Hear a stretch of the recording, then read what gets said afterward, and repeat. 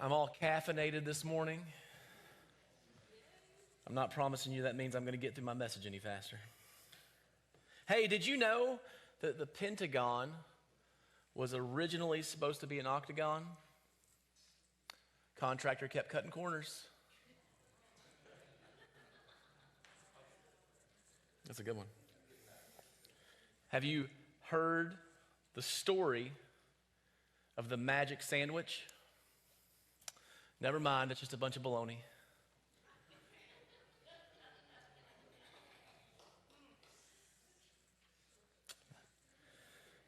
Just think you got those jokes for free. You did not have to pay to get here this morning. Hey, we're going to start in chapter 10, verse 34. If you want to turn there, I'm going to put it up on the screen. This is the last week. That's it. That's all you get. And then if it's in Matthew, you got to have a Bible, and I can give you one. If it's out of Matthew, it'll be up there. But if it's in Matthew, you got to bring a Bible. Ready? 1034. Do not suppose that I have come to bring peace to the earth. I do not come to bring peace, but a sword. Look, I don't know about you, but most of my life growing up, I thought of Jesus as this really peaceful guy. He was taught to me in this way that he was the Prince of Peace. I was taught that Jesus came and he was this fun-loving hippie, right? And everybody loved him. He just brought everybody wanted to be around him. And when Jesus was around, everybody was happy. And we just kind of sang Kumbaya and all that good stuff, right? Right? Amen. And that's what we think of when we think of Jesus. Now he comes out and he says, look, I don't come to bring peace, but I come to bring a sword. And it's not that he's saying, hey, look, the whole reason I came is to start all these wars. I want to start a holy war. We're going to fight back. But what he's talking about is he's talking about a soul crisis. He's talking about a crisis within yourself. He's saying he doesn't want us to live in peace in our lives with this concept of what God is that is never challenged. He doesn't want us to have all these messed up concepts on God, where we just tend to believe in this world that if I do enough good things,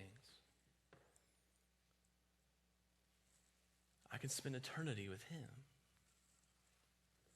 No, he's saying, look, I don't want you to make yourself comfortable in all the concepts of the world. I want to disrupt your soul, and there's this sword that will pierce your spirit. And when he's coming, he's saying not to bring peace. It's not that he wants to bring division. It's not that he's coming to try to divide you. The kind of division that he wants is the division in your soul between what the world says is right and what you know to be right. Or you say, man, look, I'm not using my money the right way, the way that the world tells me I'm supposed to use my money. That is not right. I got to be using it in a different way. The way that the world tells me sexually I'm supposed to live, the Bible tells me I have to live in a completely different way. And there's this crisis in our souls with the things that the world says and the things that the Bible say, and it doesn't come together. We live in this world where our worldview just kind of tells us how we're supposed to live, and Jesus says, I want you to change it. He wants to create this upheaval in our spirit that says, man, something's wrong. The way the world wants me to live, there's just something that isn't right.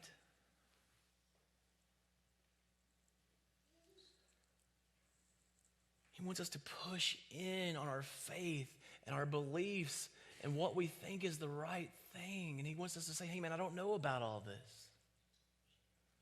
I don't know that what the world is telling me, what the world is feeding me is true, where if you were left to your own devices without him, you would just go the wrong way.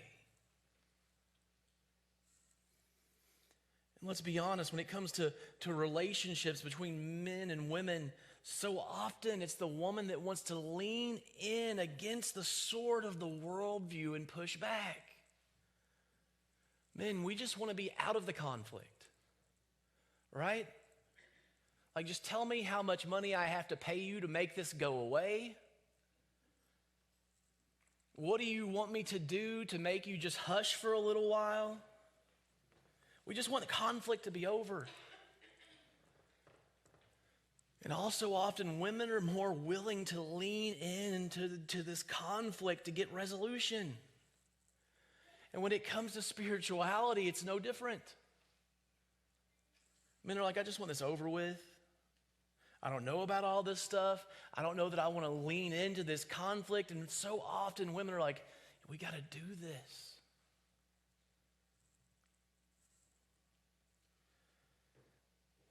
If you have never felt convicted, if you've never felt challenged in your life and the way that your worldview is, if you've never felt, hey, maybe I've got this wrong. Maybe I'm not doing this right, then you might not be hearing from Jesus.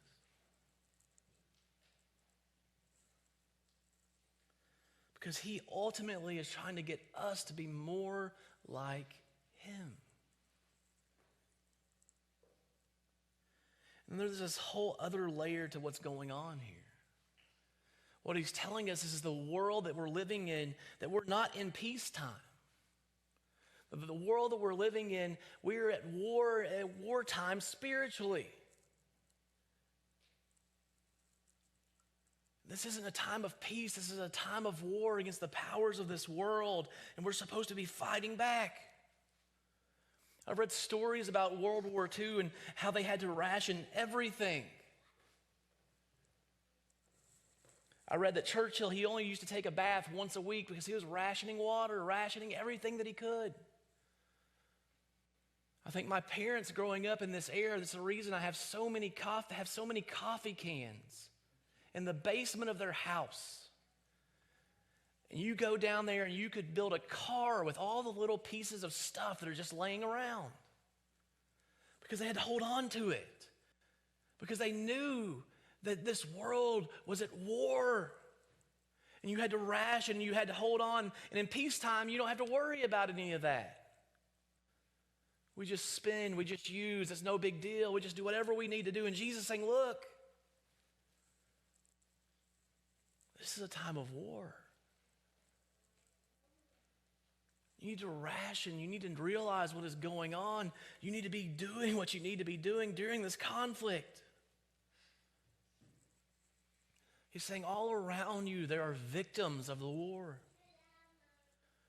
Everywhere around you there are victims of this spiritual war that are going on, and you're not supposed to just stand back idly and let it happen. So the goal of our life shouldn't be to work long enough that we get 6 weeks of vacation a year and we don't have to go in. The goal of our life is to sacrifice to make sure people around me know Jesus.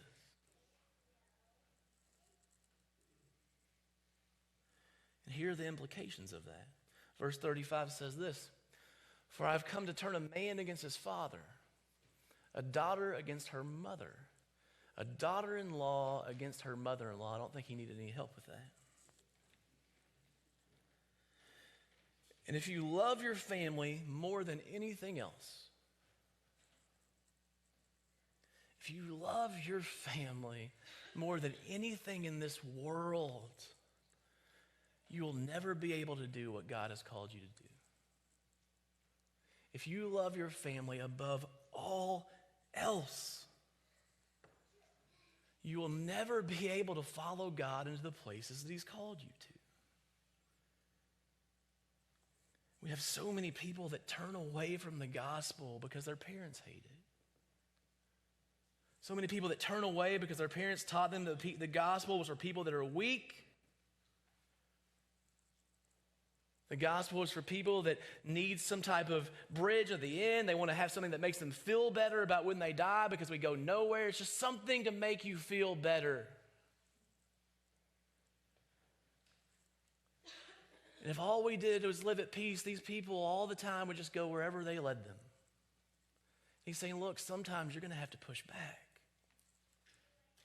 And that doesn't mean that you fight each other, like you literally punch each other. No, it means spiritually you push back and you live differently. And it doesn't mean that all the time you live in peace and you never talk about what's going on. That is not the idea.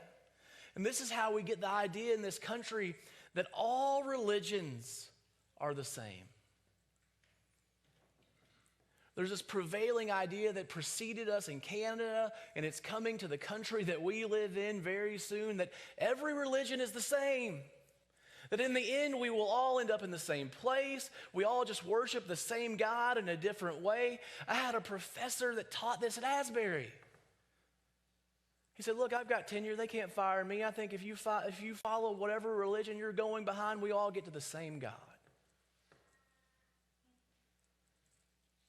And I mean, if you really study it,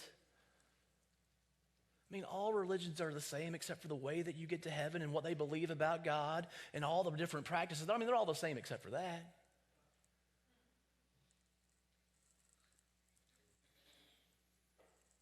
He's saying, look, if you believe in me, there's going to come a time that you won't believe everything that your parents tell you. And not just when you're a teenager and you know everything. But there will be this time when you don't believe everything that your parents say.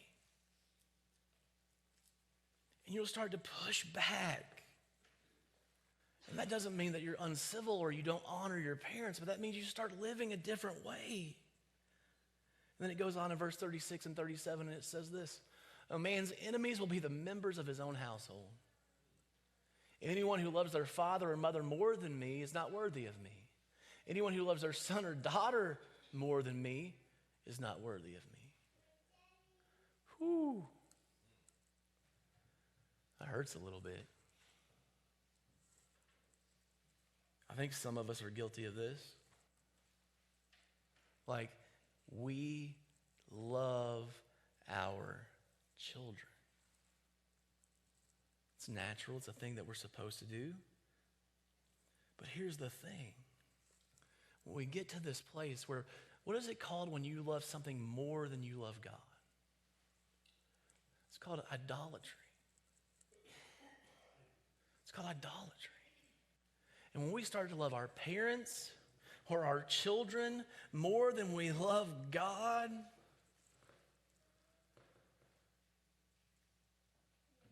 we've set them up as an idol in our lives. And the best thing is that when we do that, we won't be able to see clearly what God wants for us. We won't be able to see clearly the path and the things that God has called us to because we have an idol that lives in our home that is supposed to be so much greater than Him. But really, the greatest thing for our children would be for us to love Him more than anything in this world. If we love God more than anything, it makes us a better spouse. It makes us a better parent. And let me tell you something else. When you begin to love someone more than you love God, what you're going to do is you're going to crush them. Slowly and surely, you will crush them with your expectations. Because what you're trying to do in building them up and setting them up as an idol is you're trying to be fulfilled with joy through their life instead of being fulfilled with God.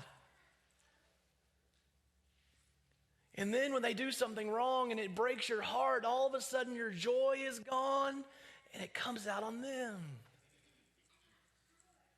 You crush them. Because they're trying to do whatever they can to live up to these expectations that you have for them. They're trying to fulfill everything that you want them to do, and here's the reality: they can't. They can't. And listen, I do counseling, and people come into my office and they say, look, Pastor, and I thought that when we got married, that He would just make me happy for the rest of my life. I think any of you that have been married for a while will know that that's not true. And what happens is when you set that up, you've set them up as an idol. the place where your joy is supposed to come from. And what you'll do is you'll crush them. And not only that, then you will begin to demonize them. When they don't live up to your expectations, you start to demonize them and hate them because they're not giving you the joy that you deserve. Everything that you wanted, they're not giving it to you. So you start to hate them. All because you set them up in the wrong way. And Jesus says, man, you got to love me way more than you love your spouse. You got to love me way more than you love your children. And the best thing that you can do and the best thing that they can do is to love Jesus more than you.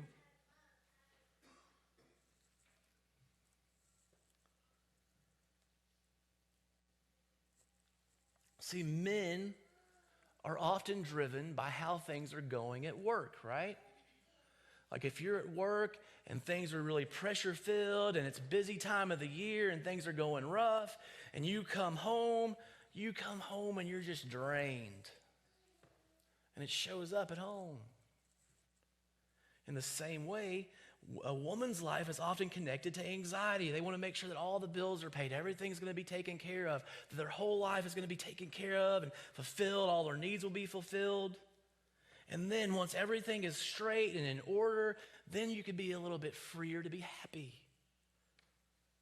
But if all those things go wrong, there's this disaster and there's going to be a messy life. And Jesus says, look, you're just so much better off if all your hope is in me. Sure, you'll still have problems. Sure, you'll still have doubts, but when those things come in and your focus is on Jesus, those things won't crush you. So the best things for us is that we don't worship our kids. That we don't try to fulfill all of the things that we missed out on through them. Because we crush them. There's this story in Mark 3, and Jesus is teaching in this house. And the disciples come and they say, Jesus, your mom and your brothers are here. And he says, who is my mother and my brothers? And I'm sure the disciples are like, well, I mean, they're right outside the door, Jesus, the guys that you grew up with, they're outside. And he says, who are my mother and brothers? And he said, those who do the will of my Father. And he tries to read, and and they're like, oh, but your mom, she's outside. And he redefines family. He says, my family are the ones that do the will of my Father. Because look, this blood connection that you have with your family, this will mess with your theology. It won't exist in the new heaven and earth.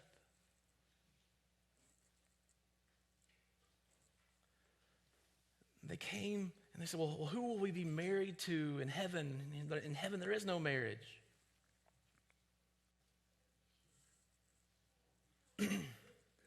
That's why family is important. In this life, family is important, but it's not the penultimate. It's not the most amazing thing.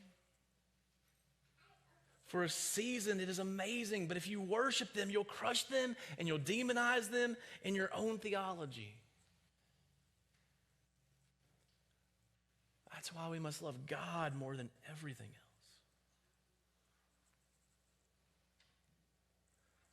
If we love our children and our parents more than we love Jesus, will we ever be able to move to where he called us to go?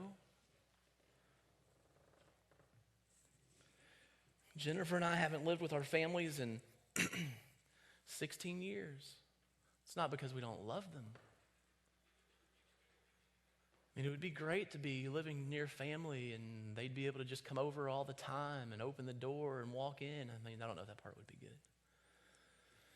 But it'd be great to have just a babysitter anytime you wanted that would just come over and watch your kids. But if I loved my family more than I love the calling that God has placed in my life, would I ever be able to follow him to where he wants us to go?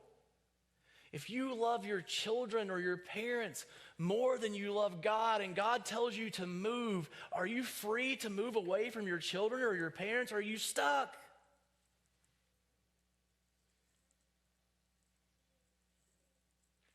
And that's why our family's important, but he is so much greater.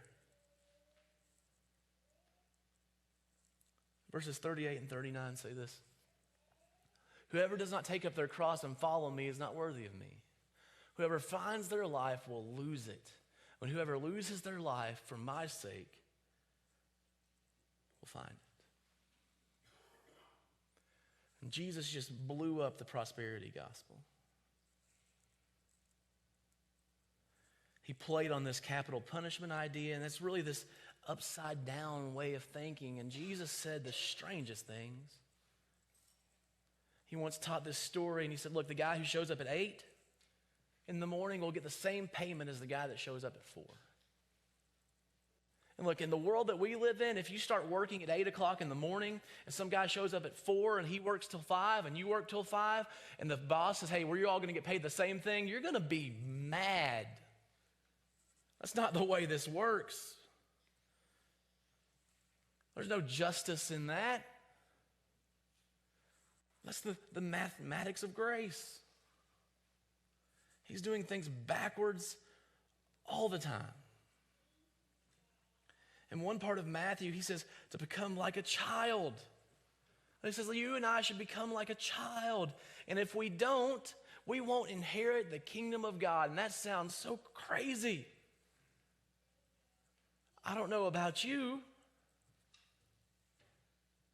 but I could never model my life after a child. Like just a couple weeks ago, Tate was trying to climb up on the counter, and he was reaching for a knife, and I took him down and set him in the floor, and he threw an absolute fit because I wouldn't let him play with a knife. And Jesus wants me to model my life after that. Like I've been in public and my kids have just like absolutely lost their minds over the stupidest thing. And I want to hide, but I can't. And he says, look, you need to model your life after that. He's like, if you don't become like a child, you can't inherit the kingdom of God. And that says, what?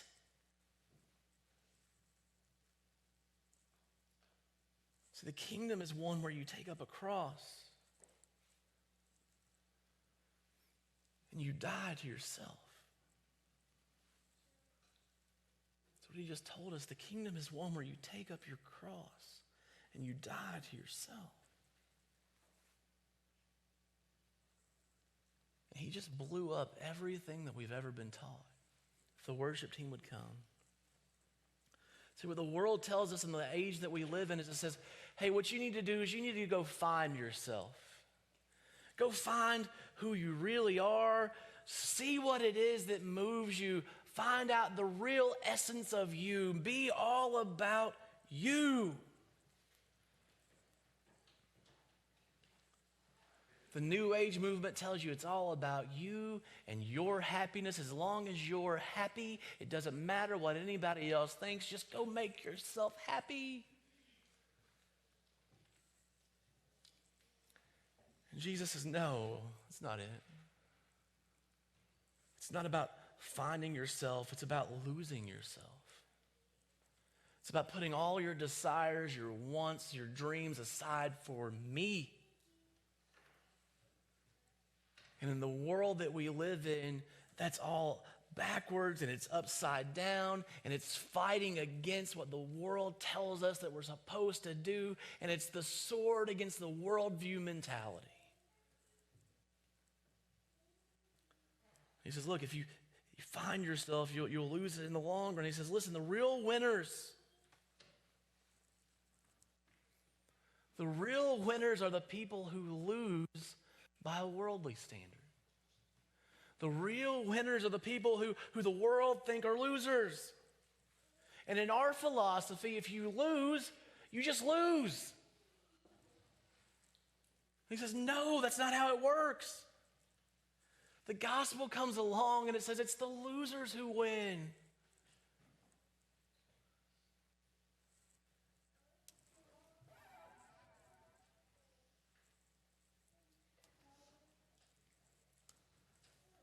Malcolm Gladwell, in his book, David versus Goliath, he talks about this advantage of disadvantage.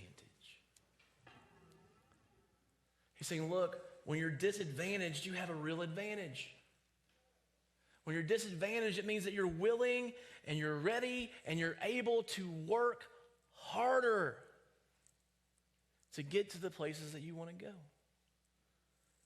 And I'm sure there's some of you in this room that you could attest to that in your life. But here's the ultimate advantage. It's recognizing that you are completely disadvantaged. Recognizing that you have to be willing to lose everything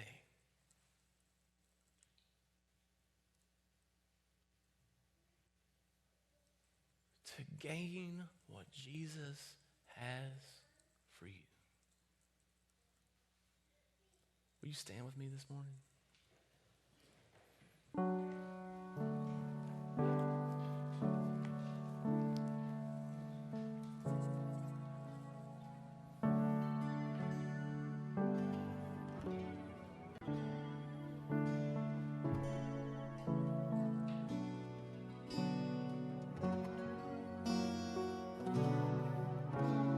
We've been living in this world, and look, we all know the worldview that gets pushed on us by the media, by the places that we go, and the people around us that don't believe in God. And sure, you're supposed to live peacefully next to your neighbor.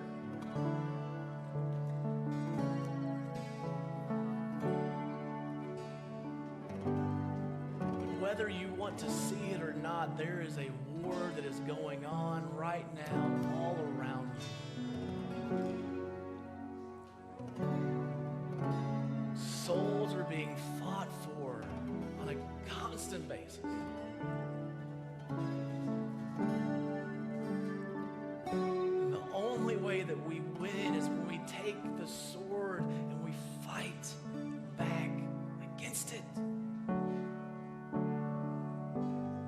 When we say, this worldview, the way that you're telling me to live, it's not right. My life has to be different.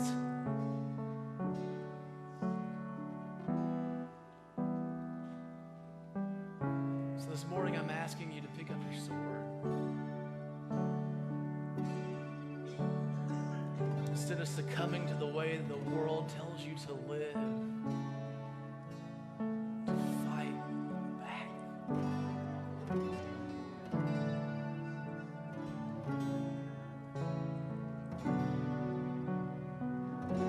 Men, this isn't a conflict that you can walk yourself out of.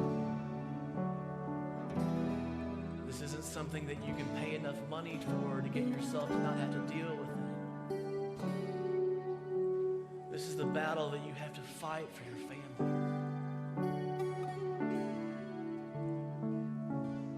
You have to lead them in the places that God is calling you to go.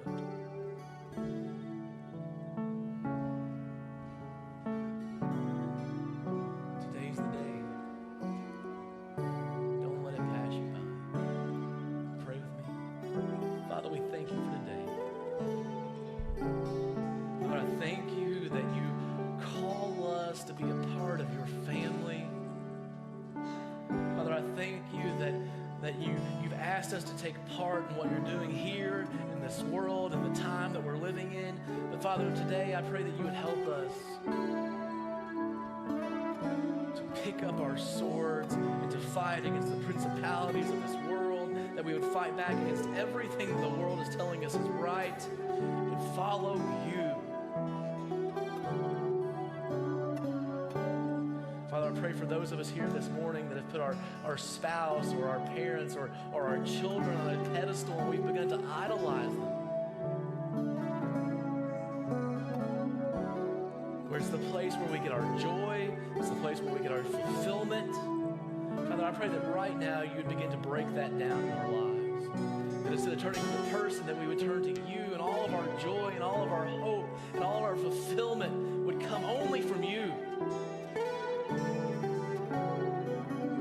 Jesus, we love you. We thank you. We praise you. And it's in your mighty name we pray.